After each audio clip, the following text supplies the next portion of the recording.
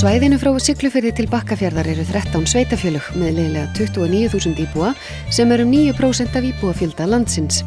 Á 50 dögum í vetur ætlum við að flakka svæðið og kynnast því sem það hefur upp á að bjóða.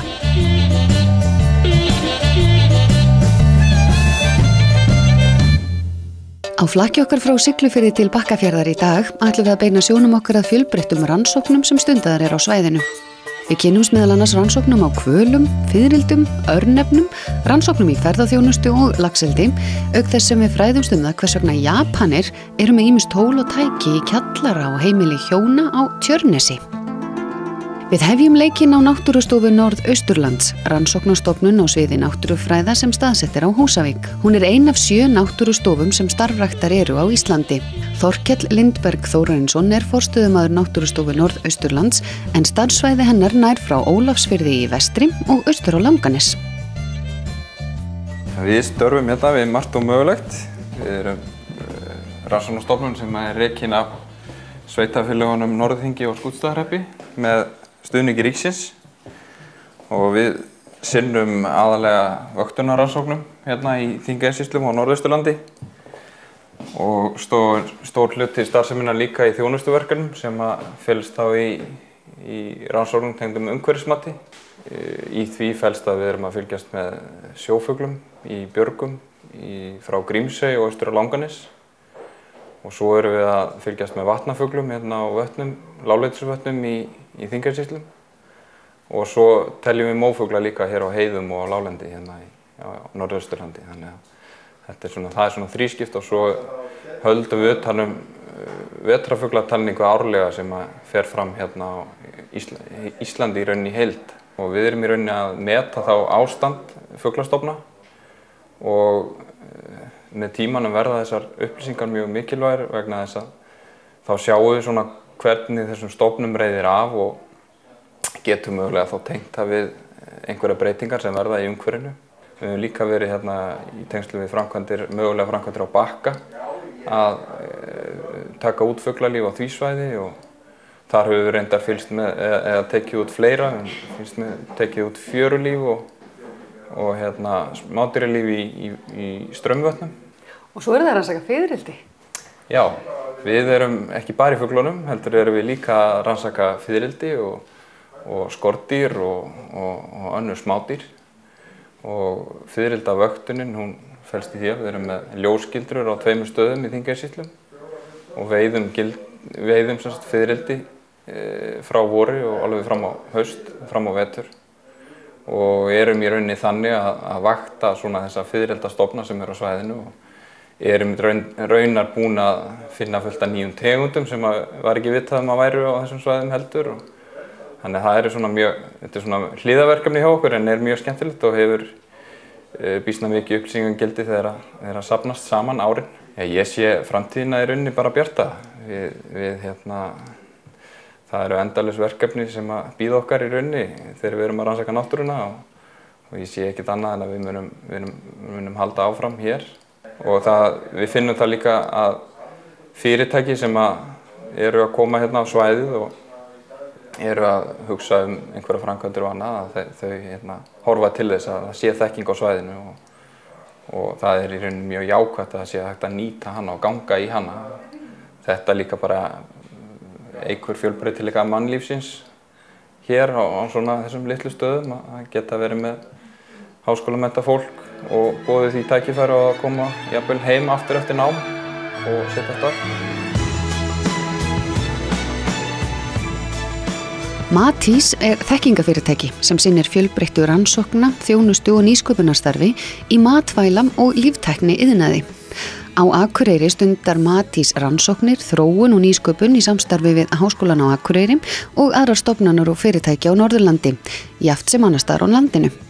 Starfsemi Matís á Akureyri er til húsa í rannsóknarhúsinu að Borgum og hefur þar verið byggt upp aðstaða rannsókna á sviði sameindafræði en einnig fara þar fram rannsóknir meðal annars á sviði örverufræði, efnarannsókna, ensímrannsókna, ónæmisvefjafræði og myndgreiningar matvæla. Rannveig Björnsdóttir er fagstjóri hjá Matís og dósent við Háskólann á Akureyri. Starfsemi Matís byggir náttúrulega á gömlum grunni sem var Rannsóknastofnun fiskiðnaðarins og öflugu samstarfi við sjávarútvegsfyrirtæki hér og annars staðar á landinu. Við höfum svona aðeins verið að þróast í nýjar áttir síðustu árin með bæði nýjum fyrirtækjum á svæðinu sem er ekki kannski endilega bara í sjávarútvegi, heldur ýmsu öðru og höfum verið svona að vinna með þeim, enda er það hlutverk Matís að styðja við framleiðslu, hvort sem hún er stór eða smá og í hvers konar matvæla framleiðslu það er.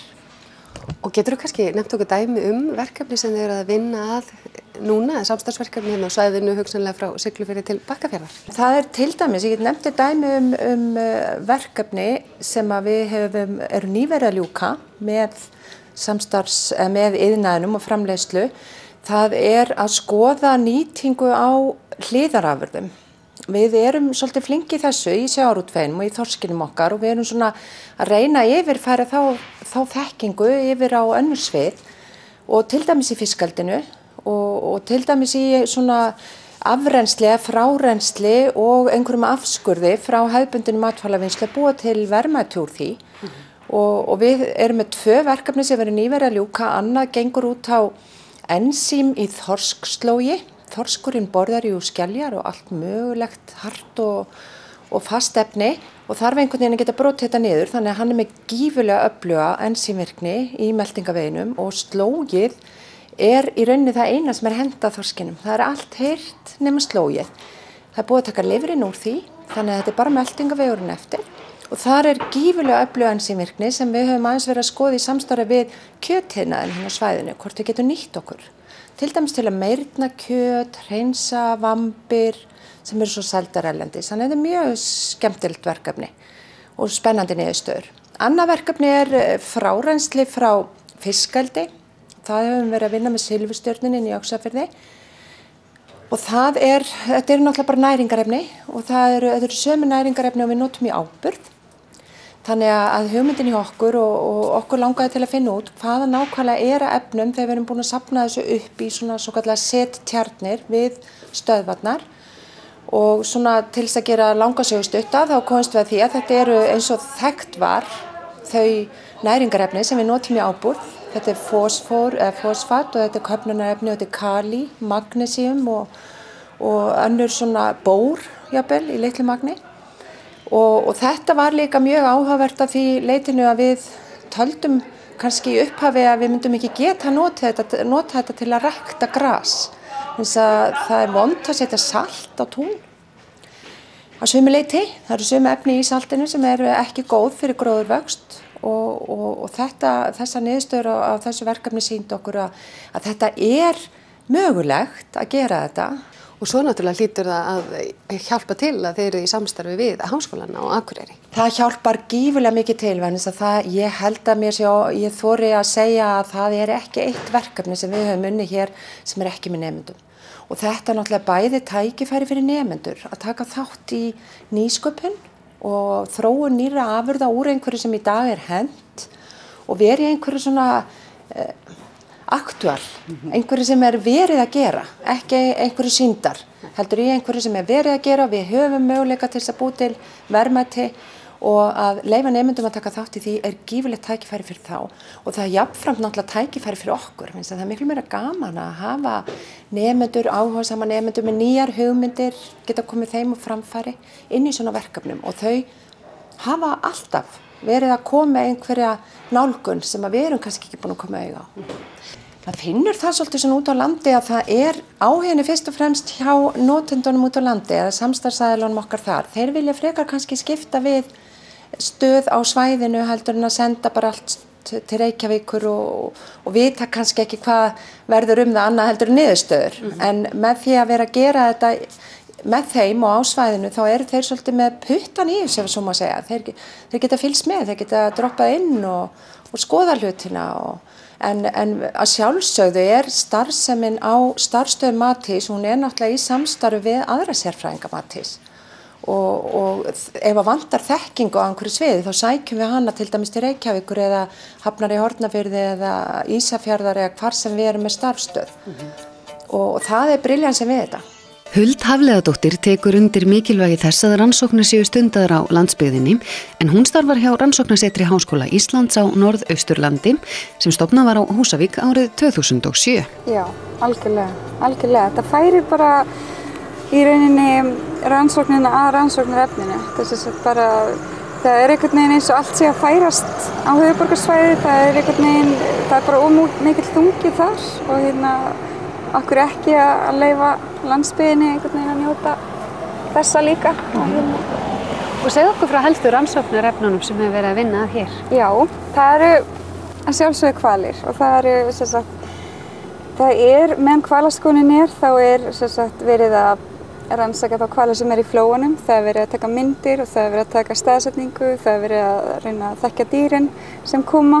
Það er líka verið að vinna sérstöku steypuriðaverkefni þar sem eru upptökur af hljóðum og það eru líka notaðar ljósmyndir og reynt að þekkja ferðir þeirra, hvert þeir fara, hvaðan þeir koma, hvað þeir borða og allt þetta.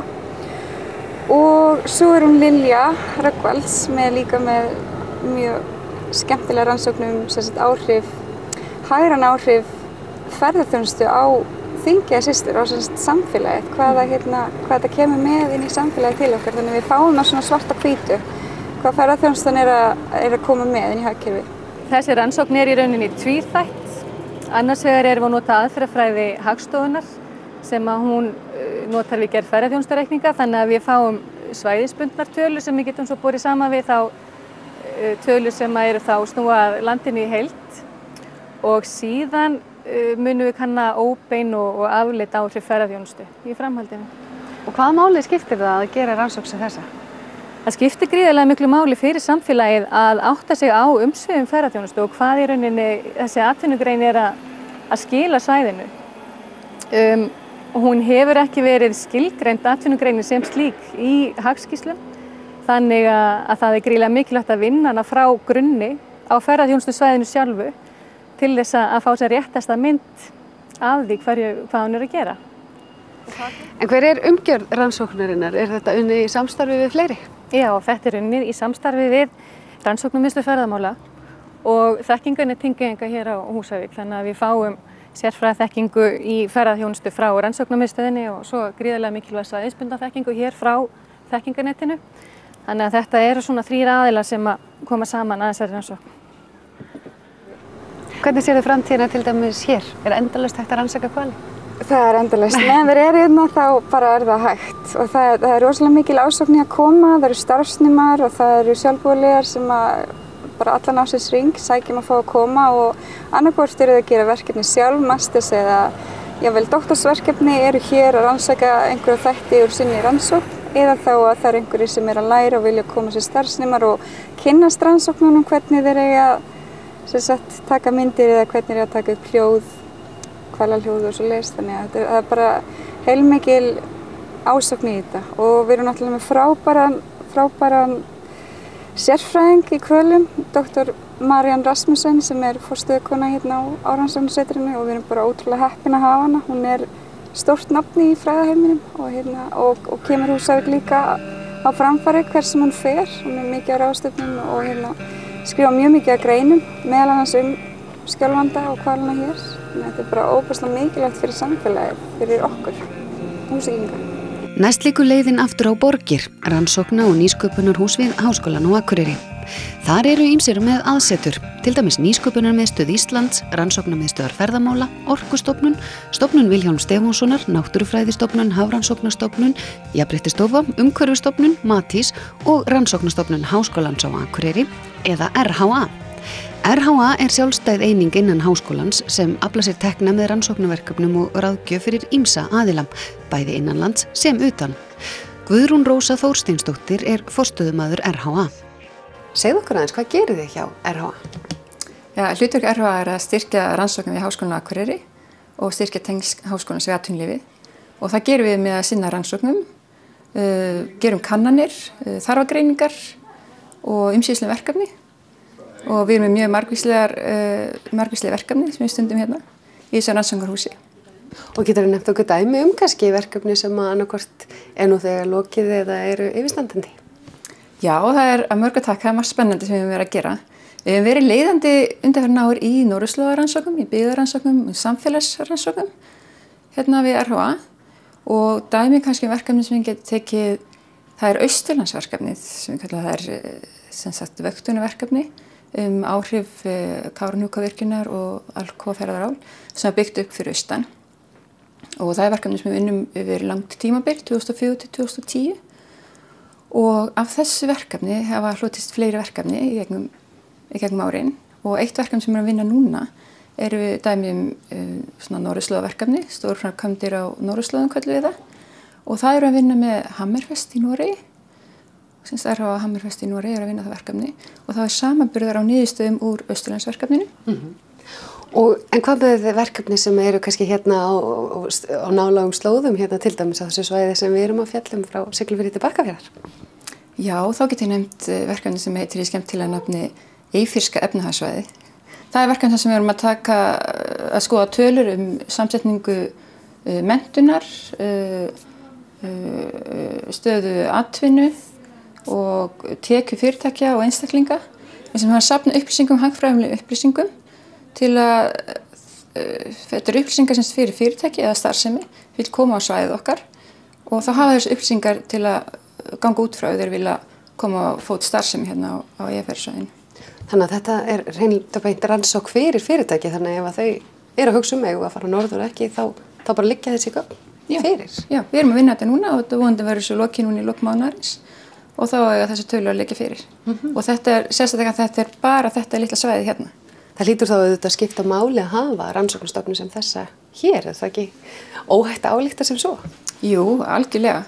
Við náttúrulega störum náum með háskólanum, við störum náum með atvinnulífinu, bæði hérna á þessu svæði, en líka á landsvísu og við erum náttúrulega í alþjóðlegu samstarfi líka og við getum unnið rannsókn hérna með hverjum sem þó við sem staðsett hérna. En við höfum þetta líka, við erum nærri atvinnulífinu hérna og þetta er mjög góð styrkur. Við erum undir Háskólanum á Akureyri en við erum sjálfstætt starfandi stofnun.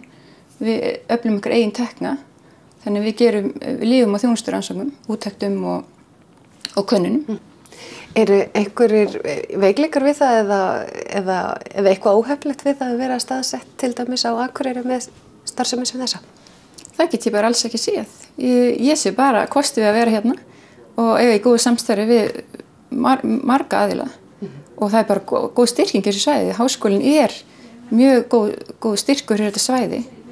Það er náttúrulega okkar hlutverk að efla samfélagið með að stunda rannsóknir og skapa aðstöðu og umhverfi fyrir rannsóknir og það spilast þetta út í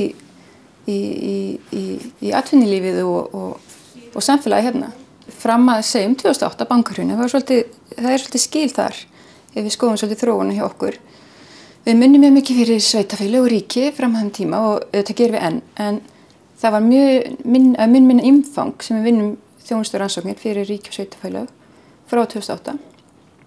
Þá finnum við fyrir því að ríki og sveitafélög eru að skera niður þegar einbeita sér að grunnþjónustunni og þá fórum við meira í erlend samstarf. Við höfum verið að vinna meira með og fyrir erlend aðila og höfum líka aukið þjónustuna við Háskólann á Akureyri. En er það skynsamleg niðurstaða þínu mati þar að segja geta rannsókn, eru þau kannski ekki það nauðsynlegra að það þurfa að sinna þeim eins og grunnþarfið eða geta þau hugsanlega skapað tekjur? Ég til dæmis eins og rannsókn með Eyfirska efnahagssvæði. Nú er ég farin að spyrja út í bullandi pólitík en eitthvað síður.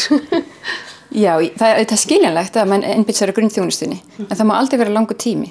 Þess að rannsóknir, það er skapað auðvitað atvinnu og það eru nauðsynlega grunnur fyrir svo margt og þannig að maður á ekki að skera niður rannsóknina, það eru mjög nauðsynlega hluti. Urðarbrunnur er þekkingar- og þróunarsetur á Laugum í Reykjadal.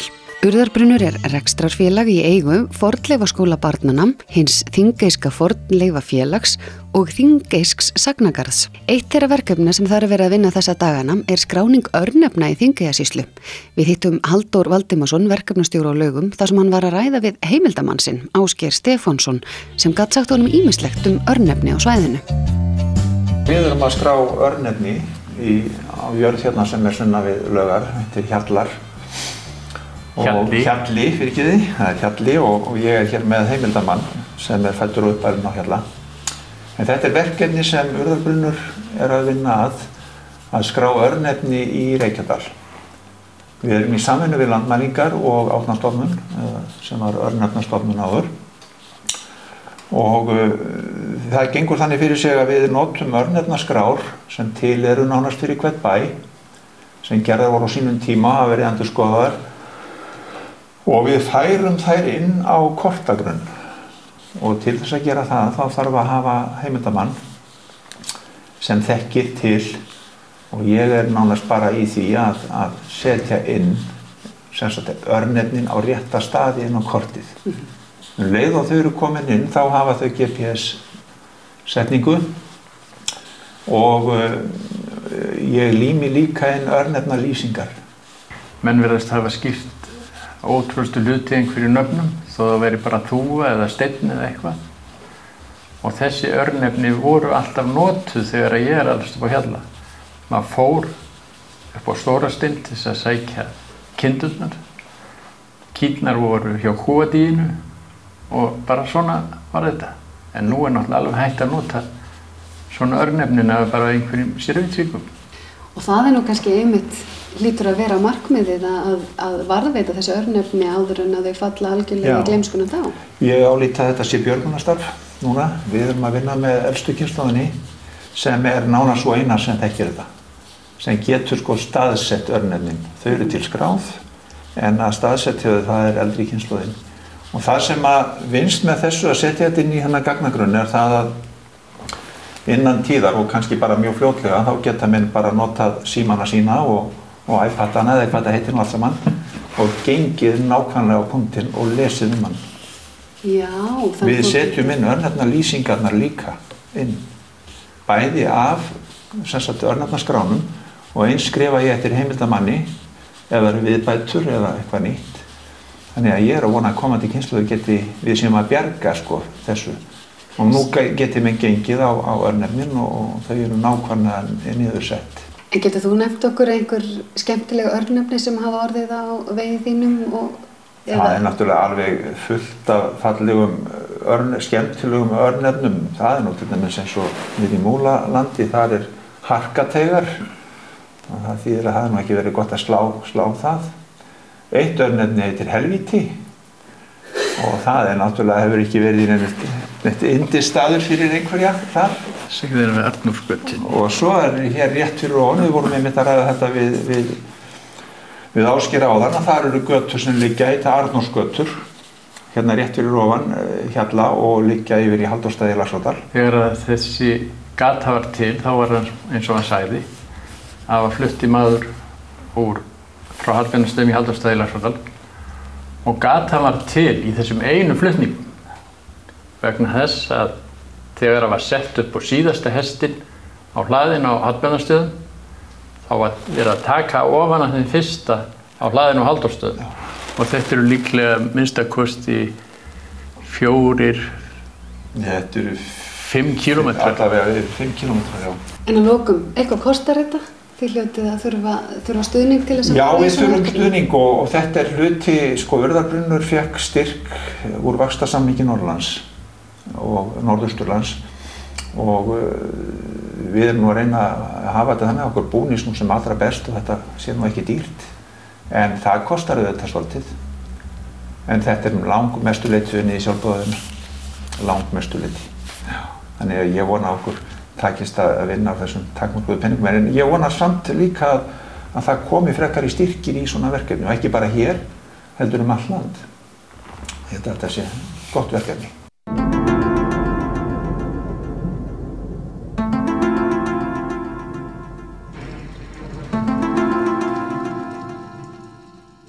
Á heimili hjóna á Tjörnesi er að finna kjallara fullan af tækjum sem minna einna helst á atrið úr rússneskri njósnamynd. En kjallarinn hefur hýst slíkan tækjabúnað í yfir 3 áratugi. Við forvitnuðumst þessi tæki hjá Aðalgeiri Egilssyni, húsaráðanda á Mánárbakka.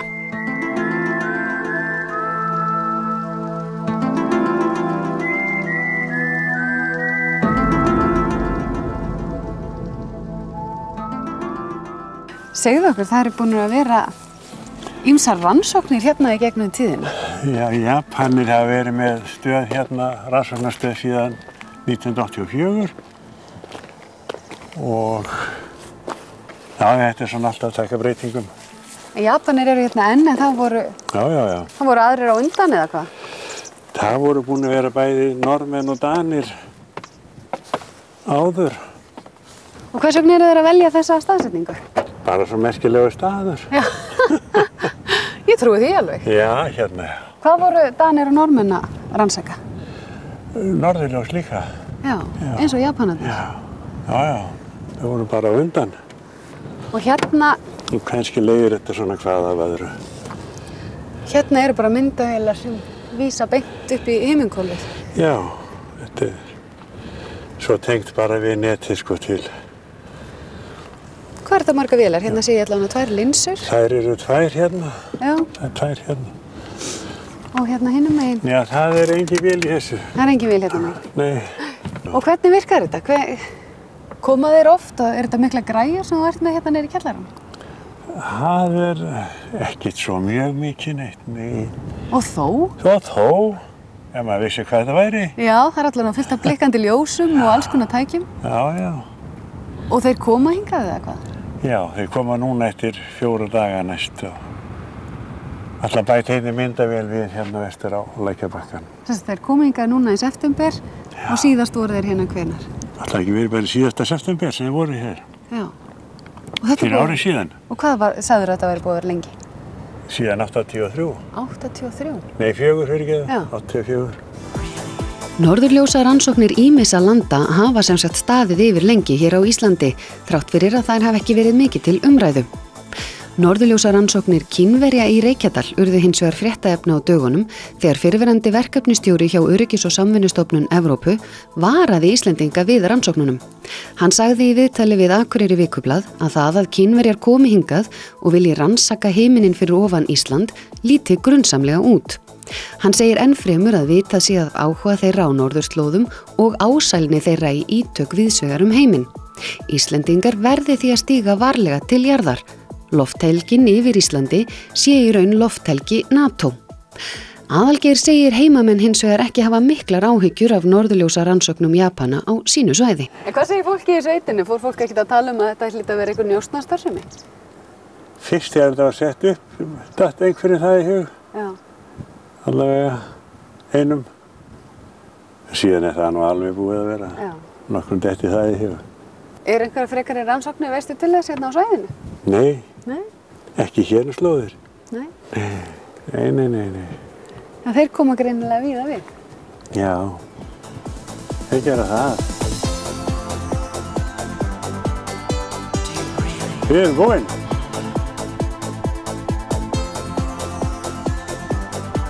Það er nú vanlega samt. Já, gáð það þér. Ég er vanur þessu. Já.